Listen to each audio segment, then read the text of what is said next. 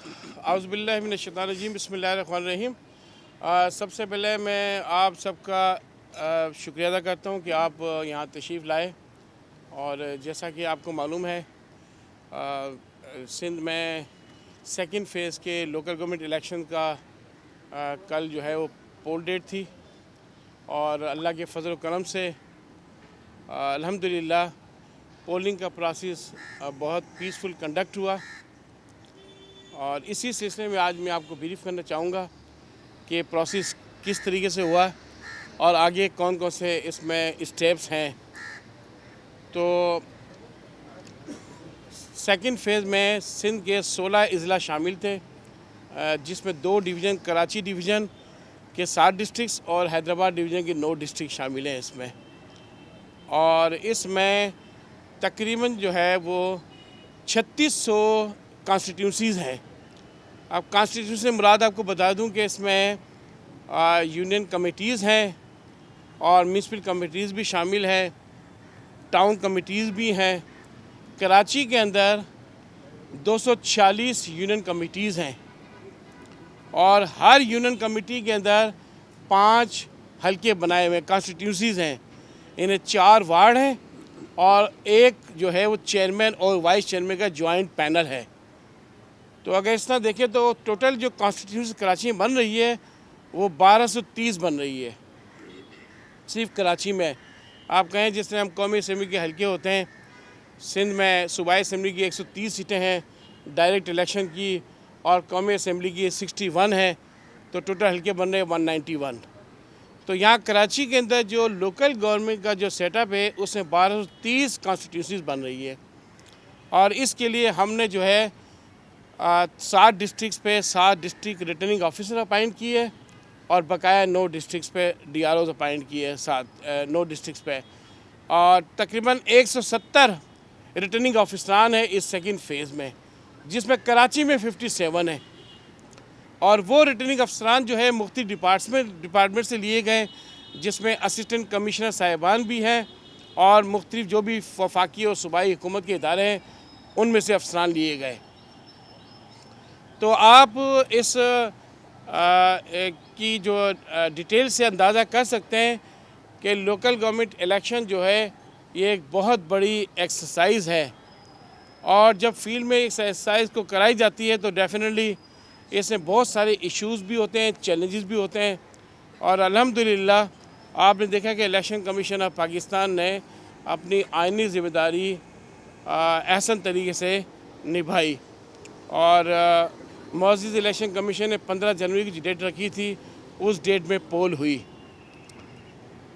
कल पोलिंग का टाइम शाम को 5 बजे तक था और उसके बाद हमने ये भी अनाउंसमेंट करवाई कि जो लोग पोलिंग स्टेशन के अहाते में मौजूद हैं वहाँ पहुँच जाते हैं 5 बजे तक, तो उनको भी वोट डालने की सहूलत दी जाए। तो यकीनन ऐसा हुआ है कि कई पोलिंग स्टेशन ऐसा हैं जो 6 बजे तक वहाँ पोलिंग होती रही, कहीं 7 बजे तक हुई क्योंकि ज़्यादा वोटर वहाँ मौजूद थे। कल सुबह वोटर्स का निकलने का रेशो कम था, सर्दियों के दिन है, संडे का दिन था, कराची के लोग लेट निकलते हैं। 12 बजे के बाद वोटर्स निकले हैं और शाम को इस तरह कई पोलिंग स्टेशन में 6 से 7 बजे के बाद प्रोसेस कंप्लीट हुआ है। और उसके बाद काउंटिंग का प्रोसेस होता है। मैं थोड़ा सा आपको ब्रीफली बता दूँ कि काउंटिंग किस तरह हुई, क्योंकि मैं तफसीली इसलिए बताना चाहूँगा कि कल रात से मुख्तलिफ चैनल्स पे ये बात हो रही थी कि रिज़ल्ट्स को अनाउंस करने में डिले हो रही है। तो उसके बाद मुझे भी तमाम चैनल्स में ये जो है वो भिजवानी पड़ी अपनी इसमें जो है प्रेस रिलीज़ के वजाहत करनी पड़ी कि ROs के पास रिज़ल्ट तैयार हो रहा है, तो इंशाल्लाह जैसे ही कंप्लीट होगा प्रोवाइड कर देंगे। पोलिंग स्टेशन पर जब रिज़ल्ट प्रिपरेशन शुरू हुई यानी कि काउंटिंग के बाद, तो इसमें सबसे पहले जो फार्म बंदा वो फार्म 11 और 12 थे। और आपको यहाँ बता दूँ कि फार्म 11-12 जिसमें हम फार्म 45-46 बनाते हैं कौमी और सूबाई असम्बली में, वो हर एक MNA नेशनल असम्बली और सूबाई असम्बली के लिए एक फार्म होता है, फार्म 45 और 46। लेकिन यहाँ पर एक रिटर्निंग ऑफिसर, कराची के अंदर 57 रिटर्निंग अफसरान हैं और 1230 हलके हैं, कॉन्स्टिट्यूंसीज़ हैं। और जो यूनियन काउंसिल 246 है, तो हर आरओ के पास तकरीबन 5 से 6 यूनियन कमेटी शामिल थी और एक यूनियन कमेटी में तकरीबन 5 हल्के, यानी अगर किसी आरओ के पास 5 यूनियन कमेटी है तो 25 उसके पास कॉन्स्टिट्यूंसी हो गई और हर कॉन्स्टिट्यूंसी का एक अलग से फॉर्म 11 और 12 बनना था। तो आप अंदाज़ा कर लें वॉल्यूम ऑफ वर्क से कि उस प्रिजाइडिंग अफसर को अगर जिसके पास जो है वो एक पोलिंग स्टेशन आया तो उसके पास जो 5 कैटेगरी है 4 वार्ड्स की और एक चेयरमैन वाइस चेयरमैन की, तो 5 उसने फार्म बनाए अलग अलग कैटेगरी के, फार्म 11 और 12। उसमें काफ़ी टाइम लगा, ज़ाहिर बात है कैंडिडेट्स की तादाद भी डिपेंड करता है। और वो फार्म जो है तैयार होके आरओ के पास जाना था। तो किसी का 7 बजे शुरू हुई है काउंटिंग, किसी की 9 बजे शुरू हुई, किसी 6 बजे शुरू हुई है। मुख्तलिफ टाइम में काउंटिंग शुरू हुई और प्रिजाइडिंग अफसरान ने अल्हम्दुलिल्लाह सुबह के टाइम तमाम फार्म 11-12 तैयार करके आरओ के पास लेके आ गए। यहाँ पे मैं आपको ये भी बता दूं कि इसमें जो है वो टोटल जो पोलिंग स्टेशन की तादाद थी, कराची के पोलिंग स्टेशन की तादाद मुझे, कराची के पोलिंग स्टेशन की तादाद देखें 4,990 पोलिंग स्टेशन कराची में हैं जो कल इलेक्शन हुई है। 4,990 पोलिंग स्टेशन और हर पोलिंग स्टेशन पर चेयरमैन वाइस चेयरमैन की और वार्ड की जो इलेक्शन थी, तो इसको जब आप कैलकुलेशन करेंगे मल्टीप्लाई करेंगे 2 से तो फिगर तकरीबन 10,000 की बन जाएगी। यानी हर पोलिंग स्टेशन पर आपको फार्म 11-12 एक जनरल मेंबर का बनाना था और साथ साथ एक चेयरमैन वाइस चेयरमैन का, जो पांचों जो है जो 4 वार्ड थे उनमें साथ एक चेयरमैन वाइस चेयरमैन की इलेक्शन थी। तो ये वॉल्यूम ऑफ वर्क जो प्रिजाइडिंग अफसर ने कंप्लीट किया, सुबह तक कंप्लीट कर लिया अल्हम्दुलिल्लाह। और ये 4,990 के तमाम पोलिंग स्टेशन का रिजल्ट सुबह आरओ के पास पहुँच गया है। अब आरओ इसके बाद जो रिज़ल्ट तैयार कर रहे हैं वो है अपेंडिक्स ए। अपेंडिक्स ए जो है वो अनऑफिशियल रिज़ल्ट है जो इस वक्त तैयारी के मरहल में है और तमाम 246 जो यूनियन कमेटीज़ है उसका रिज़ल्ट तैयार हो रहा है। तो रात जो है मुख्तलिफ जो है स्टेक होल्डर्स, मुख्तलिफ पॉलिटिकल पार्टीज़ की तरफ से ये कहा जा रहा था कि प्रिजाइडिंग अफसरान की तरफ से कुछ पोलिंग स्टेशन पे कोई धांधली का सिलसिला हो रहा है।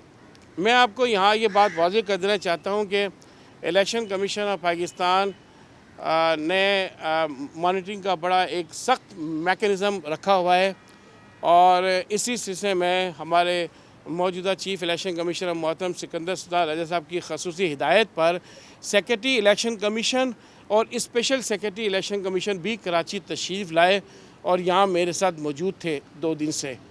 हमने मीटिंग भी थी सिंध गवर्नमेंट के साथ और मुकम्मल तौर पे हमने ये प्रोसेस मॉनिटरिंग की हुई थी सारा का सारा।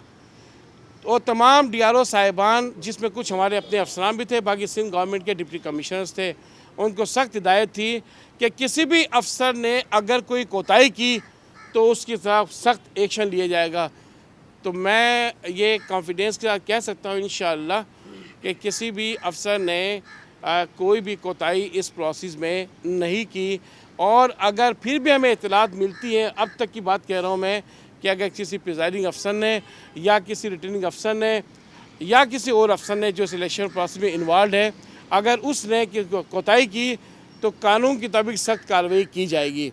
अब इस वक्त रिज़ल्ट जो है हमारे RO साहिबान के पास मौजूद है, वो तमाम रिज़ल्ट तैयार कर रहे हैं और इंशाअल्लाह आज शाम तक इंशाअल्लाह हमारे तमाम कराची की जो यूनियन कमेटी 246 उसका रिज़ल्ट जो है वो तैयार हो जाएगा।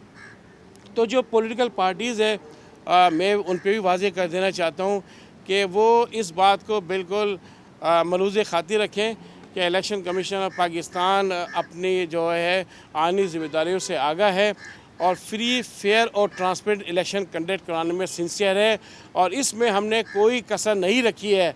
इलेक्शन कमीशन ऑफ पाकिस्तान की सख्त हिदायत, स्ट्रिक्ट मॉनिटरिंग मैकेनिज़्म और इफ़ेक्टिव कोऑर्डिनेशन के साथ अल्हम्दुलिल्लाह सेकंड फेज़ इलेक्शन का हमने पीसफुल कंडक्ट करवाया। आप कराची की इलेक्शन से, कराची की पॉलिटिकल डायनामिक्स से वाकिफ़ हैं कि आप पिछले तमाम इलेक्शन को देख लें, आप 2015 की लोकल गवर्नमेंट इलेक्शन को भी देख लें और इस वक्त जो कल इलेक्शन हुआ है तो अल्हम्दुलिल्लाह सेकंड फेज़ में कहीं भी कोई बड़ा कोई अनटूवर्ड इंसिडेंट नहीं हुआ। तो मैं ये बात आप पे वाज़ेह कर देना चाहता हूँ कि आप मैसेज मेरा कन्वे कर दें तमाम जो भी पॉलिटिकल पार्टीज़ के लोग हैं कि हम तैयारी कर रहे हैं, रिज़ल्ट तैयार कर रहे हैं, इंशाअल्लाह जल्द से जल्द नताइज उन तक पहुँचा दिए जाएंगे। नहीं देखें ना, फिर आपने वही बात की है, मैंने इतनी जो बात समझाई है इससे टर्नआउट का जो आप कह रहे हैं ना टर्नआउट का क्या असर पड़ रहा है, ठीक है का जो टर्नआउट कम रहा है, अब वो टर्नआउट तो पता चल जाएगा हमें जब हम टोटल वोट्स काउंट करेंगे कि कितना टर्नआउट है। लेकिन साथ साथ वॉल्यूम वर्क की बात करें, जो फार्म तैयार किए जा रहे हैं, अपेंडिक्स ए तैयार हो रहा है, इससे पहले फार्म 11/12 तैयार हुआ है, उसमें हर उम्मीदवार के हासिल करदा वोटों की तादाद लिखी जाती है, तमाम डिटेल होती है। तो उससे आपकी बात हम कह सकते हैं कि अगर फ़र्ज़ करें टर्नआउट 50%, 60% या 70% तो ज़्यादा टाइम खर्च होता है, लेकिन इस वक्त भी अगर फ़र्ज़ करें 20-25% जो टर्नआउट भी है तो उसमें टाइम कंज्यूमिंग जॉब है ये और बहुत एक्सटेंसिव लेबर है। और प्रिजाइडिंग अफसरान देखें ना, आपको पता है कि ये सामान डिस्पैच हुआ है हफ्ते के दिन, यानी हफ्ते की सुबह से लेकर वो रात भर पोलिंग स्टेशन पर रहे, कल 7 दिन पोलिंग करवाई है और कल रात को काउंटिंग की है, काउंटिंग के बाद फ़ौरन फार्म 11/12 तैयार किया है और फिर रिटर्निंग अफसरान के दफ्तर में आकर एक आरओ के पास कोई तकरीबन 100 पोलिंग स्टेशन, किसी के पास 150 पोलिंग स्टेशन, यानी हर आरओ ने पहले तो उस 150 पोलिंग स्टेशन का मटेरियल रिसीव किया है। और ये भी कानून में कि फ़र्ज़ करें कि प्रिजाइडिंग अफसर कोई गलती करता है तो वहाँ पे उस आरओ उस फार्म को रेक्टिफाई कराता है। तो ये एक जॉब ऐसी डेफिनेटली में टाइम तो खर्च होता है। पहले मैं आपकी उस बात की बात कर दूं कि इंतज़ामात की बात करें, इंतज़ामात बहुत अच्छे इंतज़ामात हैं, मैंने आपको तफसील बताई, उसके बाद आप समझ लें कि एक जो है कराची में 57 रिटर्निंग अफसरान थे और 57 रिटर्निंग अफसरान के पास जो काम था उस काम के क्वांटम को आप देखें और थोड़ा सा आप उसको कंपेयर करना चाह रहे हैं कि कौमी और सूबाई असेंबली के इलेक्शन से, ये बिल्कुल डिफरेंट इलेक्शन है, ग्रास रूट लेवल की इलेक्शन है, उसको इस इलेक्शन से किसी सूरत में कंपेयर नहीं किया जा सकता। इंतज़ामात अल्हम्दुलिल्लाह बहुत बेहतर थे और जहाँ भी कल हमें शिकायत मिली है, जहाँ भी हमें कोई ऐसी इस तरह के वाक़यात की शिकायत मिली, उसी टाइम उस शिकायत का अज़ाला किया गया है, एक्शन लिया गया, कंसर्न अथॉरिटी को कहा गया है अगर कोई आपके पास इस वक्त भी कोई इंसिडेंट कोई शिकायत हो बात है आप मुझे बताएं। अब जी बिल्कुल आप बताएं हमें, हम उस शिकायत को दूर करेंगे इंशाल्लाह। देखिए इस वक्त हमारे पास पूरी हमारी जो है वो एक टीम काम कर रही है, हमने एक मॉनिटरिंग रूम बनाया हुआ है, पूरा सेल बना हुआ है, हमारी टीम बैठी हुई है और 16 डिस्ट्रिक्ट से रिज़ल्ट आ रहे हैं।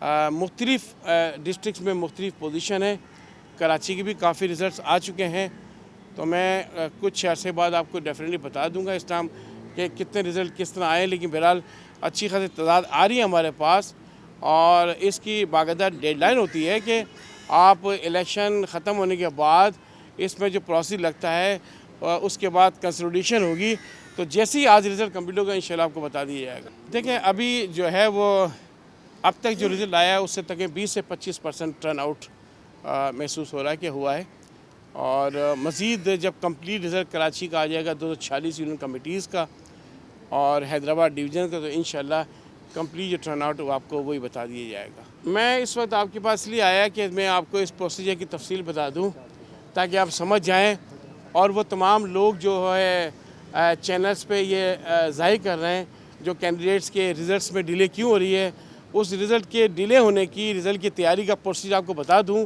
उसके बाद जब रिज़ल्ट तैयार होगा तो इंशाल्लाह आपको मुकम्मल तौर पे मैं रिज़ल्ट प्रोवाइड करूँगा इंशाल्लाह। आपको शायद मालूम होना चाहिए कि कार्रवाई इनके ख़िलाफ़ हो चुकी है, उस टाइम कार्रवाई की गई थी, जो आपने सील तोड़ने की बात की थी, डायरेक्शन इशू हुई थी DRO को कि उसको पोलिंग स्टेशन से बाहर आउट करें और जो भी एज़ पर लॉ उनके ख़िलाफ़ कार्रवाई थी कार्रवाई की जाए।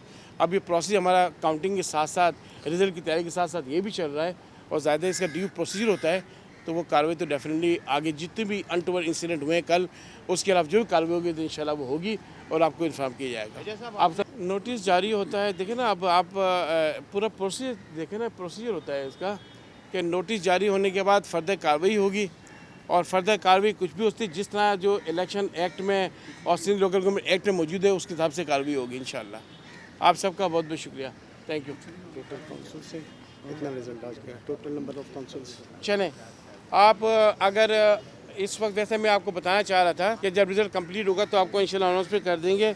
इस वक्त हमारे पास जो टोटल काउंसिल्स हैं वो 4,412 हैं और इसमें से इस वक्त तक 1522 कॉन्स्टिट्यूंस का रिजल्ट आ चुका हमारे पास। 1522 का ये टोटल कॉन्स्टिट्यूंस कहलाती है। इसमें वार्ड भी शामिल है और उसमें चेयरमैन वाइस चेयरमैन का रिजल्ट भी शामिल है। तो अब स्पीड अप हो चुकी है क्योंकि रिजल्ट सारा आरओ की दफातर में आ चुका है। तो अब इंशाल्लाह स्पीड बढ़ेगी और शाम तक उम्मीद है इंशाल्लाह काफी तक रिजल्ट हमारे पास पहुंच जाएगा। एक मिनट देखे ना, अभी मैं यहाँ पे खड़े होकर बात की थी कि इलेक्शन कमीशन ऑफ पाकिस्तान जो है वो तमाम पॉलिटिकल पार्टीज़ के साथ यकसा सलूक रखता है और लेवल प्लेइंग फील्ड प्रोवाइड की है।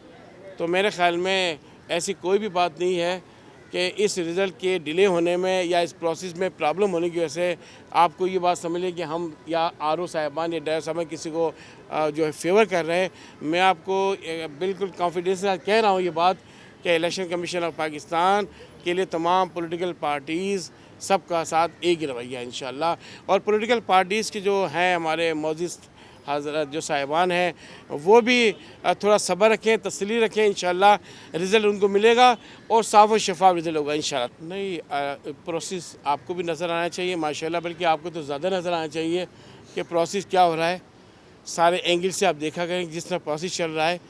तो प्रोसेस अगर इत्मीनान बख्श हो तो ज़ाहिर बात है आप भी मुतमईन है और सब मुतमईन होंगे इंशाल्लाह ताला। इंशाल्लाह आहिस्ता से इम्प्रूवमेंट आएगी और तफसील जो मैंने बताई है इस पर ज़रूर गौर कीजिएगा कि इस तरह के सिस्टम के अंदर, इस तरह के इलेक्शन के अंदर जो सारा प्रोसीजर है उसको ग्राउंड पे इम्प्लीमेंट करने में कितनी एफर्ट्स होती है। सारी मशीनें लगी हुई है, इंशाल्लाह ताला अच्छे नताइज मिलेंगे और साफ व शफाफ नताइज मिलेंगे इंशाल्लाह। जी बिल्कुल, चले मैं इसकी वजाहत भी कर दूँ कि सिक्योरिटी तमाम इदारे जो पुलिस और रेंजर्स है अल्हम्दुलिल्लाह उनका मुकम्मल ताउन रहा। रेंजर्स की डिप्लॉयमेंट भी थी और पुलिस की भी काफ़ी नफरी लगी हुई थी। आवाम ने भी ताउन किया, पॉलिटिकल पार्टीज़ ने भी ताउन किया और वोट देने आए और बड़े पुरसुकून माहौल में सब ने वोट दिया। तो मैं इसका क्रेडिट डेफिनेटली तमाम उन स्टेक होल्डर्स के बाद तमाम लोगों पे जाता है जो इस इलेक्शन प्रोसेस में जिन्होंने पार्टिसिपेट किया। अब इलेक्शन हो चुके हैं और जो डिलिमिटेशन हुई थी उसकी बुनियाद पे इलेक्शन हुए। जिस डिलिमिटेशन पे पहला फ़ेज़ हुआ, फर्स्ट फेज़ हुआ 4 डिवीज़न में और बकाया 2 डिवीज़न में होनी थी इलेक्शन, वो उसी डिलिमिटेशन हुई है जिसमें फ़र्स्ट फेज़ में हुई है। तो डिलिमिटेशन एज़ पर कानून है, एज़ पर लॉ हुई है।